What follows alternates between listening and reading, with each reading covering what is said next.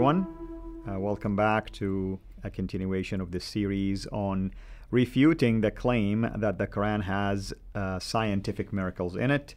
I am Fadi, and with me here in studio to join me in this rebuttal and to debunk, if you wish, these claims is my dear brother, Dr. J. Smith.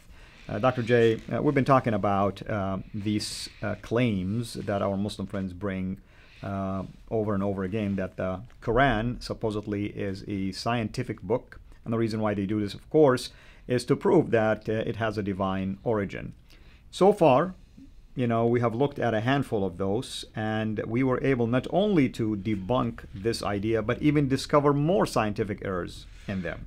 And today, we're going to look at another one. Isn't that interesting? It's fascinating to me that every time we went in to look and see whether or not this is a proof or a miracle, as we read it, we were aghast to find that in almost every case, it was not a scientific proof or a scientific miracle. It was actually a scientific error. That's right. We didn't intend to do that. That was not our intention when we started out on this. But this came up in the debate a few weeks ago. It's now coming up as we go through this series. So let's go to this one here. And this is a claim which is, to me, is absolutely ridiculous. It's in chapter 79, verse 30. And this says the earth is egg-shaped. No, it doesn't say that. It doesn't say that at all. the claim that we're going after. The claim does. Okay. And I'll show you why then.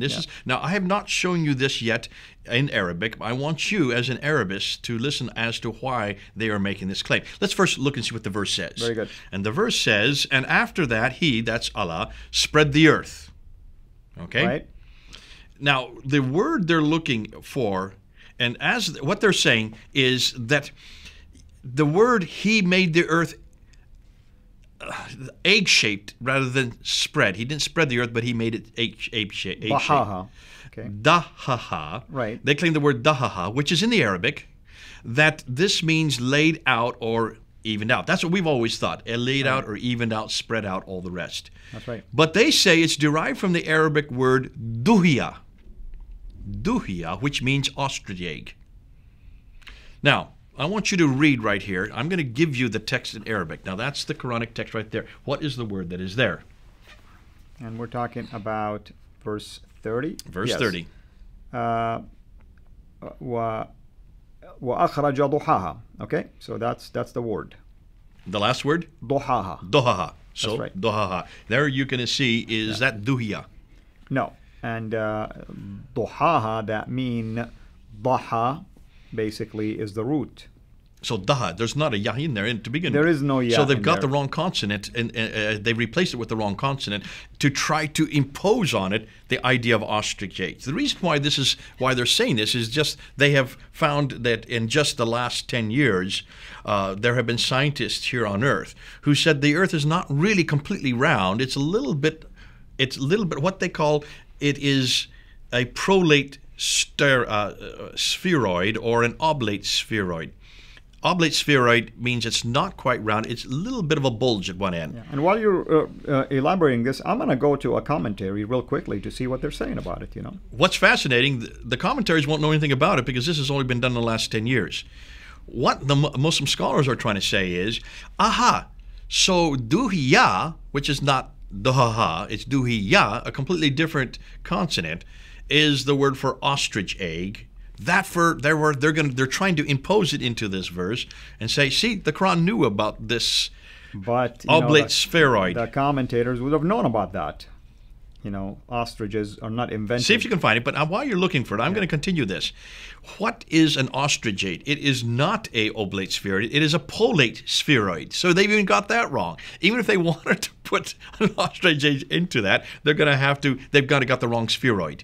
So they're mixing the two up. And you can see this is desperation, trying to impose on the Arabic what is not there. Have you found anything in the commentary? Here, وَالْأَرْضَ بَعْدَ ذَلِكَ دَحَاهَا, and I'm looking to what some of the commentators are saying about this. They're saying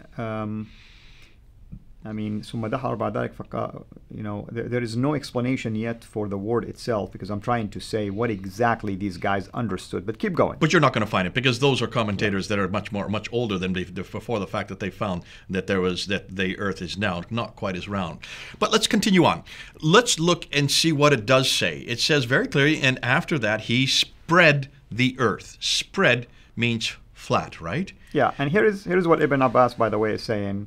Dahaha, meaning he put the mountains to stabilize it. Which is not even in this verse. Not even that comes close. from 31:10. That's right. Chapter 31, verse 10. So he's imposing from 31:10 on to 79:30. That's right. But is he going to do that also with chapter 50, verse 7, and chapter 51, verse 48, we'll and look at it. chapter 71, verse 19? Because those three all say that the earth is spread. And in fact, it is spread out as if it is a flat earth concept. Right. Let me go even one step further. If you look at chapter 20, verse 53, and chapter 78, verse 6, it says that the earth has been created like a bed. Now, are beds spheroids? Not any bed I've ever slept on. No, are they flat? They will be flat. Beds are flat, otherwise they're not very comfortable, are they? He's saying basatnaha, meaning like made it flat. So in every one of these verses, it talks about flatness, about like a bed shape, nothing about a spheroid. Now I'm going to go one step further and show you even another problem, and that is in chapter 43, verse 10, which says the earth has been created like a bed, and that Allah creates roads for men to walk on it. That's right. When God created the earth, did he create roads as well? Who created the roads? The Romans. The Romans were the first to create roads that we know of. In fact, when did the Romans exist? Not till the 2nd century BC. That's right, yeah. Can you see, even this is an error. So I wasn't even expecting this until I read it. But when you look at all these references, chapter 79, verse 30, chapter 20, verse 53, chapter 78, verse 6, chapter 50, verse 7, chapter 51, verse 48, chapter 71, verse 19, you see it goes on and on and on. These are flat, these are bed-like, there's nothing other way, there's no other way that I can translate these. And to try to say that this is a spheroid, they're even changing the Arabic. They're taking dohaha and they're putting it to duhiya, which is not even the same consonants. That's right. They're doing the same thing that they used to do, remember, with the Hebrew. And Ibn Abbas is extremely important because he was the cousin of Muhammad. So he would have understood if there is an egg-shaped involved here. In his mind, it's always been flat, and he always uses the idea that mountains are there to stabilize it. Can you see that, as we have said here, it's very clear that the Quran sees as a flat earth. There's a society here in America called an observation, right? This is the Flat Earth Society. They really need to come back to the Quran because they're going to get their support in just those verses I read. Interestingly, when we get to the Bible, we're going to find the other thing. The Bible is not a flat earth concept. Wait till we get to the biblical context because we're going to do that in yet another episode. Amen, brother. Well, thank you so much, and hopefully everybody's been enjoying this series, and we encourage you really to use it.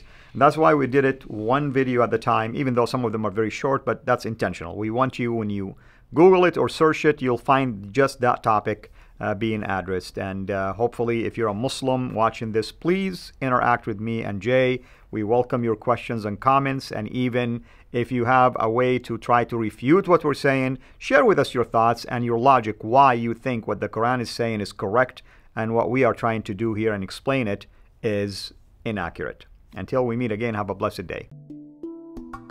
Thanks for watching. Make sure to like and subscribe. Also, hit the bell so that you don't miss future videos. And please consider becoming a patron at patreon.com/CIRA International. And together we can introduce Muslims to the gospel of Jesus Christ. Thank you.